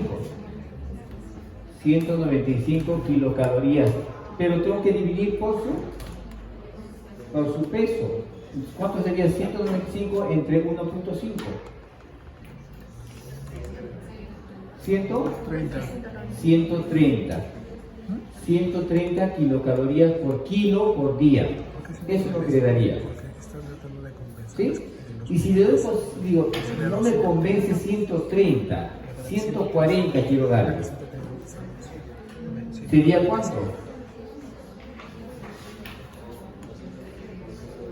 Sería 210 entre su peso. 210 entre 1.5, ¿cuánto es? 140. Entonces, con volumen de 140 le ofrezco 140 kilocalorías por kilo día. Entonces, ¿qué ha determinado para que le dé volumen de 140? Recuerden que ustedes al verle un kilito, que le di 150 ml y al final me salió por kilo peso 120 kilocalorías. ¿Sí? Este bebé que pesa 1,5 kilos, que requiere más aporte calórico, obviamente requiere mayor cantidad de calorías en menos volumen. Entonces, estamos subiendo de 22 kilocalorías a 24 kilocalorías y luego a 30 kilocalorías. Entonces, en un prematurito voy a tener que ofrecerle mayor cantidad de calorías en menos volumen. ¿Sí? Y eso es lo que requiere el paciente con displasia. Entonces, en un paciente con displasia voy a tener que buscar artificios para darle más calorías, pero en menos volumen, porque requiere más por sus demandas energéticas. Ven ustedes, en un prematurito puedo darle 110 a 130. En bebés que reciben alimentación por vía parenteral, ¿por qué deben un poquito menos? Porque es que no va a consumir, no va a hacer mucho esfuerzo para metabolizar todo lo que yo le doy. Entonces, por eso le preguntaba, ¿quién consume más calorías? ¿El bebé que toma por leche directa o por nutrición parenteral? El bienteral. Entonces, el que recibe nutrición parenteral está como nosotros acá sentados, tirados con su nutrición parenteral en la avenida, tranquilo. ¿Sí? Entonces, esas son las necesidades calóricas del bebé. Y esto les dejo esta tablita para que ustedes lo tengan,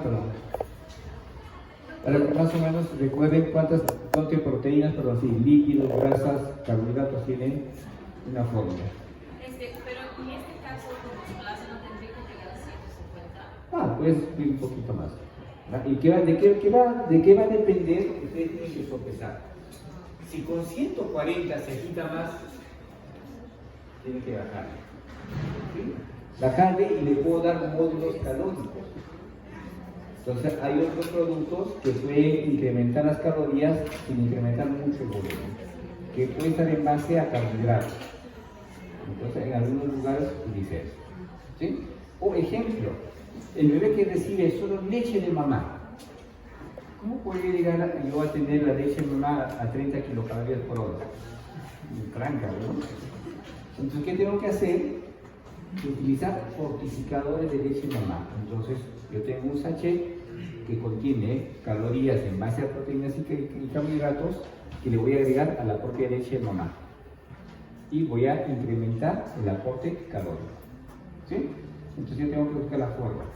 Pero si es un bebé que está lo más tranquilo y lo más fresco, pues sí, un poquito, está con su oxígeno ahí, todavía con necesidad de oxígeno, pero respira mejor, tengo la posibilidad de ir subiendo el volumen. Porque cuando ese bebé se vaya a casa, mamá no va a estar midiendo la cantidad de leche que le está ofreciendo por día. Mi mamá no dice, le voy a dar 140 kilocalorías, le voy a dar 140 ml de leche por día. La mamá le da libre demanda, por el pecho de 30 y lo que pueda tomar. Entonces, poco a poco el bebé tiene que ir liberándose de ese volumen y del control del volumen, para que en casa tenga una nutrición a libre demanda. Bien, entonces la tasa de crecimiento, ya hemos mencionado, debe ser 15-20 gramos por día, longitud 0,5 centímetros por semana y la cabecita. Esto generalmente en las primeras semanas, luego va a ser 0,5 centímetros, 0,05 centímetros por semana en la cabecita, el perímetro cefálico. Bien, ¿qué exámenes deben pedir ustedes o cómo monitorizan al prematurito? ¿Qué es lo primero que tienen que descartar? Que no tenga laboratorio, anemia. ¿Sí? Bien. ¿Cuánto es vuestra hemoglobina ustedes, chicos? 11. ¿Cuánto es hemoglobina? 13. ¿El tuyo? No, sabes. Hemoglobina. 15. 11.9. ¿Quién tiene por encima de 15? 15. ¿Quién es de la sierra? Yo soy de Cusco, ¿eh? Tengo 16.5 de hemoglobina, 100. Bien, entonces, ¿qué hablamos sobre la hemoglobina, chicos? A ver. Bien. ¿Cuánto es la vida media del glóbulo rojo fetal?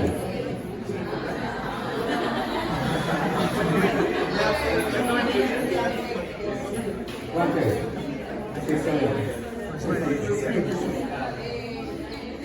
¿Cuánto? 90 días. Muy bien, excelente. 90 días. Entonces, si tengo una vida media fetal de 90 días, ¿hemoliza más rápido que el que tiene 120 días? Sí, obviamente. ¿Sí? ¿Y cuánto tiempo dura mi hemoglobina fetal en la sangre? ¿Cuándo cambia? Después del nacimiento, un bebé a término, ¿podría mantener la hemoglobina fetal? Sí. ¿Cuánto tiempo? Ya desde 190 días. Sí, 3 meses más o menos.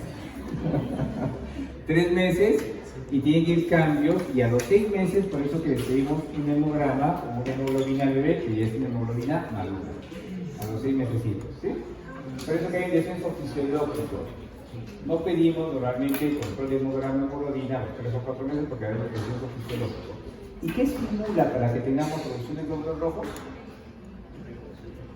¿Qué estimula? ¿Cuáles serían los factores de estimulación para la producción de glóbulos rojos? Ejemplo, 1. ¿Por qué digo si son de la sierra? De hipoxia. ¿Sí? ¿Qué más? ¿Qué más? La hemólisis. ¿Qué más? La hemorragia, las pérdidas. Entonces, si tengo hipoxia, hemólisis, hemorragia, ¿quién trabaja? ¿Quién es responsable de producir, reaccionar y empieza a compensar? ¿Quién? La médula ósea. ¿Y qué sistema se encarga de producir esto? Además de la médula ósea, ¿qué órgano funciona y trabaja en esos? El hígado. ¿Qué más? El hígado del feto. ¿Dónde se encuentra la eritropoyetina? En el riñón. Entonces, en etapa fetal, quien se encarga de estimular la producción de eritropoyetina es la placenta al inicio. ¿Sí? Luego, después de las siguientes semanas, en el segundo trimestre, en el segundo trimestre, va a ser el hígado. ¿Sí? Y luego empieza ya a tener maduración el riñoncito, y es el riñoncito quien se encarga de producir la eritropoyetina. Entonces, si yo tengo hipoxia, voy a tener mayor producción de eritropoyetina, ¿sí? Para estimular la producción de glóbulos rojos. Ahora, ¿ustedes creen que este prematuro tenga suficiente madurez como para producir eritropoyetina? Uno, que es hemorroína fetal que dura poquito tiempo. Segundo, no tiene producción posible similar de eritropoyetina. ¿Sí? Por lo menos en forma de par. Entonces, ¿qué va a tener el prematuro? ¿Qué va a hacer? Anemia. Y es lo que les decía la semana pasada. ¿El clampaje tardío es importante en el prematuro? Sí. ¿Con qué intención? De minimizar la posibilidad de que reciba transfusiones durante las siguientes semanas. ¿Por qué? Porque yo empujo, ¿cuánto voy a empujar? 5, 10 ml. ¿Y cuánto recibe un bebé prematurito para una transfusión en volumen? Pesa 1 kilo. Entre 10 a 15 ml, es casi una transfusión lo que están curando. ¿Sí? Entonces, la necesidad y la importancia de hacer clampaje tardío y empujar sangrecita hacia el bebé es importante. ¿Sí? Entonces, va a ser anemia, tiene que monitorizar. Entonces, si tiene anemia el bebé, si hace anemia, vamos a ofrecerle un suplemento de hierro. O podemos utilizar también eritropoyetina. ¿Sí? Pero si es anemia severa, va a haber la necesidad de transfundir.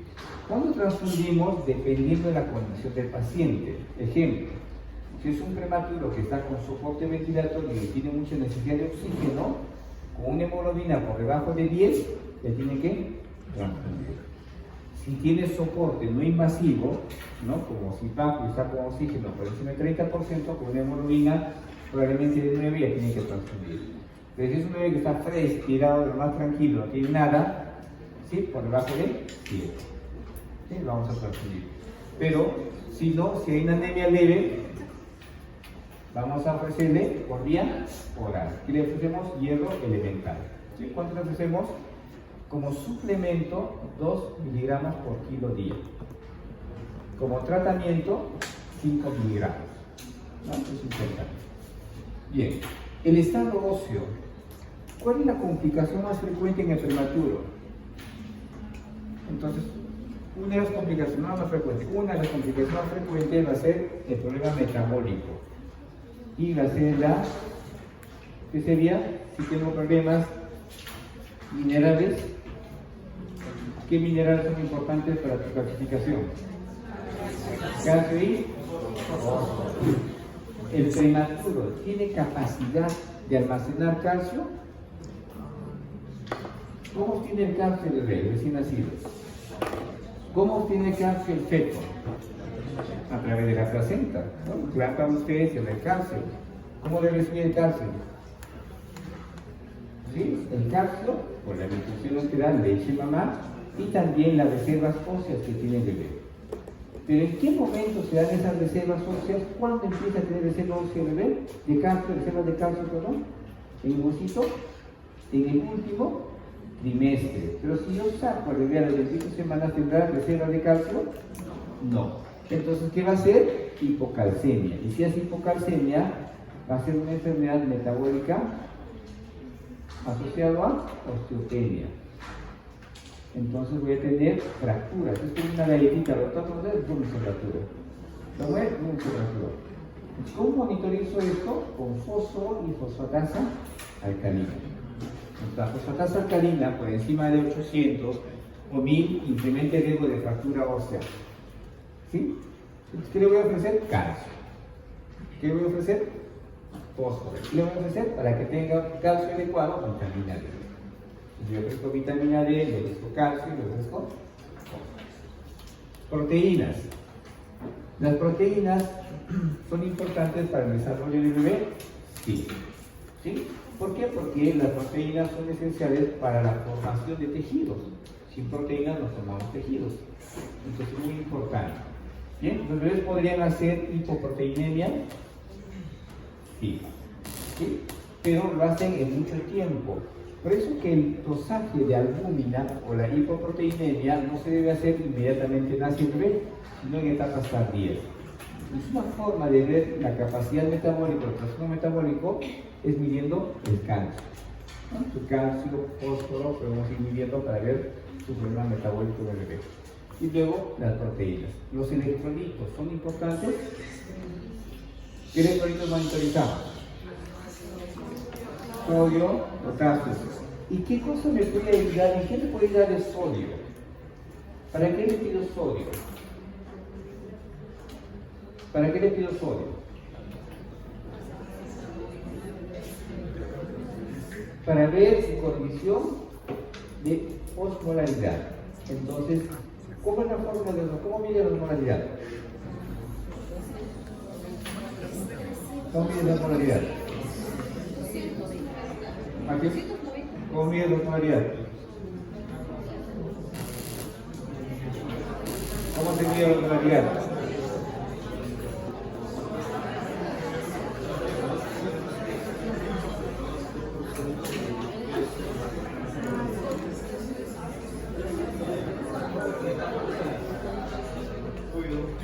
A ver.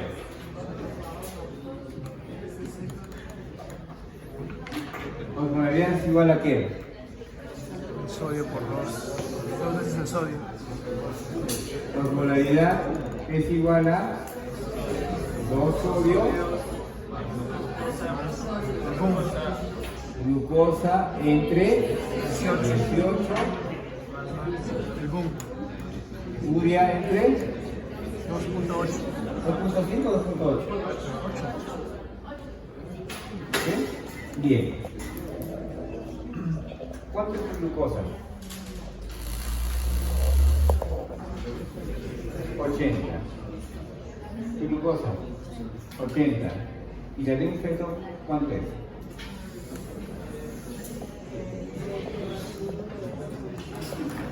¿Cuánto es la glucosa de un feto?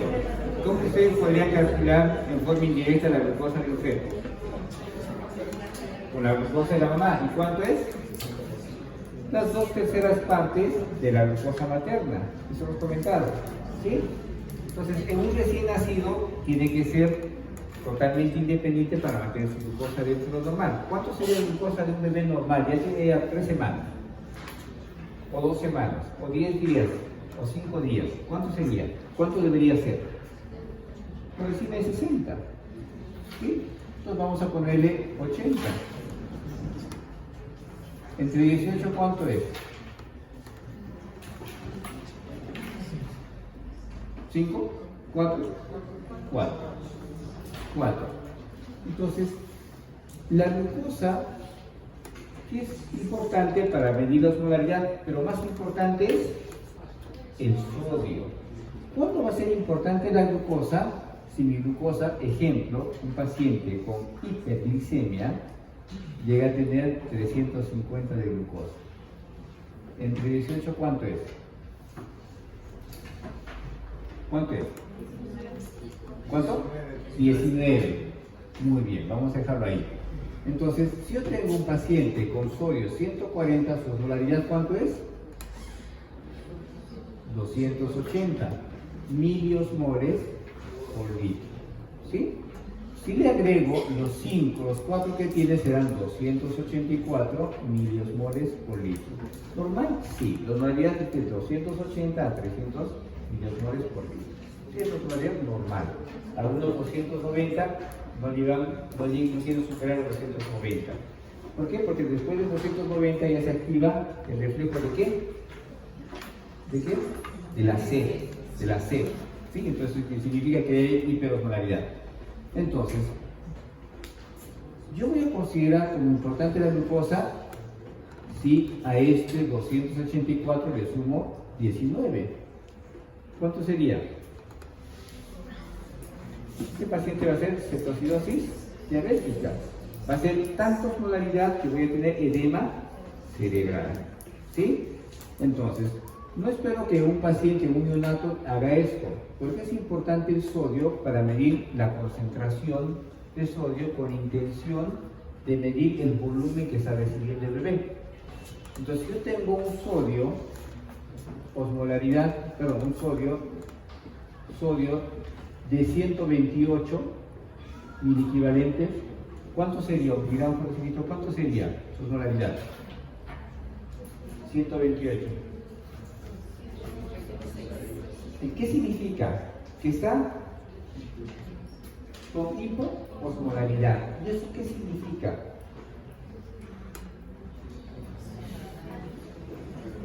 ¿Qué significa? O si yo tengo un sodio con 155, ¿cuánto sería su osmolaridad?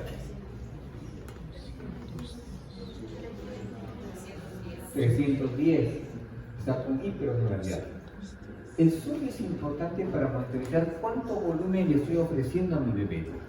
Si encuentro un bebé 128 de sodio, ¿qué significa? Que está diluido. Entonces me tiene que llevar a pensar cuánto de volumen le estoy ofreciendo. El bebé debería recibir 130 ml por kilo. Entonces hago el cálculo y recibió 200.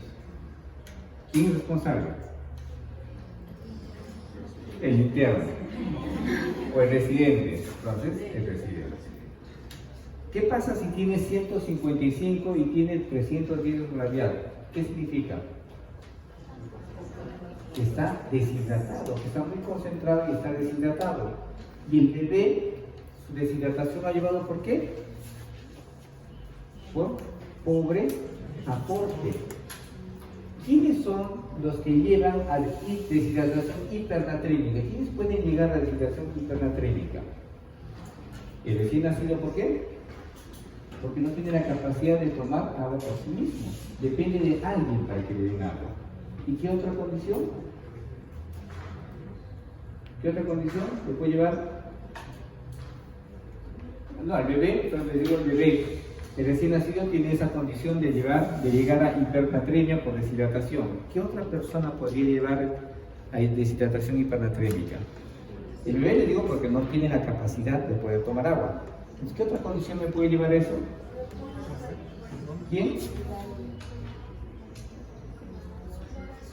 ¿Quién sería? Y eso es importante cuando si ustedes, alguno de ustedes va a ser geriatra, por ejemplo, o tiene un paciente que dependa de alguien y que no tenga la condición de tomar por sí mismo. Entonces, si ustedes dejan de darle agua a alguien, ¿qué va a terminar haciendo? Deshidratación hipernatrémica. Deshidratación hipernatrémica así como recién nacido. Entonces, cuando vean ustedes deshidratación hiponatrémica, deshidratación hipernatrémica o trastorno del sodio, deben entender muy bien esto. Hiponatremia, ¿cuáles son las causas de hiponatremia? Hipernatremia, ¿cuáles son las causas de hiponatremia? Deben definir y diferenciar. Y traten de buscarle el sentido fisiológico a esto para que puedan entender. Si entienden la fisiología, van a entender todo sin ningún problema. ¿Sí? Muy bien, entonces, ¿los electrolitos son importantes? Sí. No solo el sodio, el potasio. ¿El potasio sería importante? Perdón, el sodio. Si el sodio está bajo, ¿qué me podría causar? ¿Qué podría llevarme el sodio bajo o el sodio alto? ¿Qué podría llevar? Alteraciones de la caja. Bien. Si tengo hiponatremia, significa que tengo poco sodio en el espacio extracelular. ¿Y dónde hay demasiado sodio? Intracelular. ¿Y qué va a pasar? A ver, otra vez. Si tengo poco sodio en el intravascular, a ver, quiero que vean ustedes, ¿qué condición se va a dar? Porque eso es pregunta de examen. El agua tiene que entrar a la célula y termina con edema cerebral. Edema cerebral. Y si hay edema cerebral, ¿qué va a hacer el bebé? Convulsionar. ¿Sí? La otra condición, si tengo hipernatremia, va a salir y voy a terminar con deshidratación celular. Otra vez, a convulsionar. Se bebé convulsiona. ¿Sí? Lo mismo la hipocalcemia. Si tengo hipocalcemia, significa que tengo calcio, poco calcio, fuera de la célula. Y tengo mucho dentro de la célula. Y si tan, movimiento, convulsión. Entonces, ¿quiénes llevan la convulsión? Hiponatremia, hipernatremia, hipocalcemia, hipomagnesemia y la hipoglicemia. ¿Sí?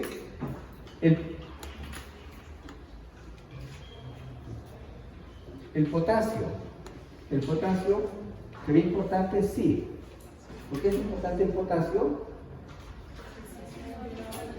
Estabilizar la membrana cardíaca. Entonces, si tengo hiperpotasemia, puedo terminar con una arritmia cardíaca.